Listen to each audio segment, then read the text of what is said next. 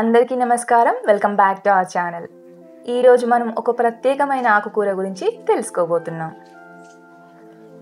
మనందరికీ ఆకుకూరలు చాలా మంచివని తెలుసు. ఆకుకూర అనగానే అందరికీ పాలకూర, తోటకూర, గోంగూర ఇవే గుర్తొస్తాయి. కానీ పొన్నగంటి కూర గురించి చాలామందికి తెలియదు. దీని అద్భుతమైన ప్రయోజనాల గురించి తెలుసుకుంటే మీ డైట్లో దీన్ని ఖచ్చితంగా యాడ్ చేసుకుంటారు. ఇది గ్రామాల్లో సహజంగా పెరిగే కూర. చిన్న ఆకులతో చక్కగా ఆకుపచ్చ రంగులో ఉంటుంది.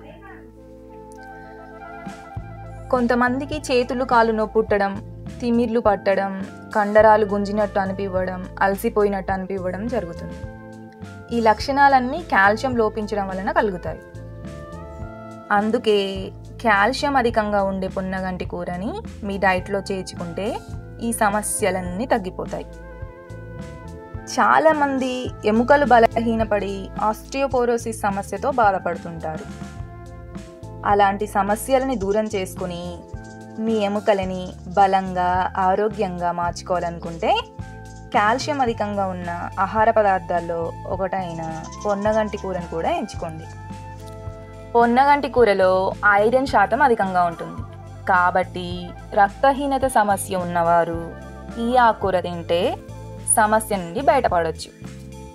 ఐరన్ లోపం కూడా తగ్గుతుంది. ఈ ఆకుకూర తినడం వల్ల షుగర్ వ్యాధి కూడా నియంత్రణలోకి వస్తుంది. ఇందులో ఫైబర్, యాంటీ డయాబెటిక్ లక్షణాలు ఉన్నాయి.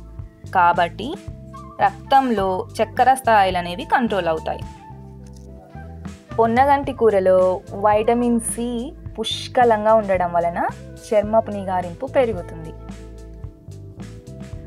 మొటిమలు, మచ్చలు తగ్గించి చర్మాన్ని తేమగా ఉంచుతూ ముడతలు ఏర్పడకుండా చర్మాన్ని యవ్వనంగా ఉంచుతుంది. ఇంకా పొన్నగంటి కూరలో లభించే వైటమిన్ ఏ వలన కంటి ఆరోగ్యం పెరుగుతుంది.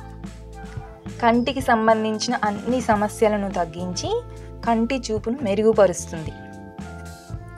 ఇవి కాకుండా అధిక రక్తపోటు, చెడు కొలెస్ట్రాల్ని నియంత్రిస్తుంది. ఆస్తమా, బ్రాంకైటిస్ సమస్యలను కూడా తగ్గిస్తుంది. జీర్ణక్రియను మెరుగుపరుస్తుంది. ఇందులో బయోటిన్ ఉండడం వల్ల జుట్టు పుష్టిగా పెరుగుతుంది.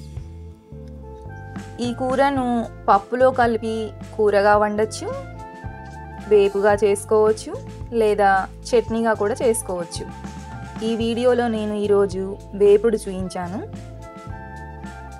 రుచిగా తినాలనుకుంటే వేపుడు బాగుంటుంది. చూశారు కదా, పొన్నగంటి కూరలో ఆరోగ్యానికి అవసరమైన ఎన్ని పోషకాలు ఉన్నాయో. మీరు కూడా దీన్ని మీ డైట్లో చేర్చుకొని ఆరోగ్యంగా ఉండాలని మనసారా ఆశిస్తున్నా.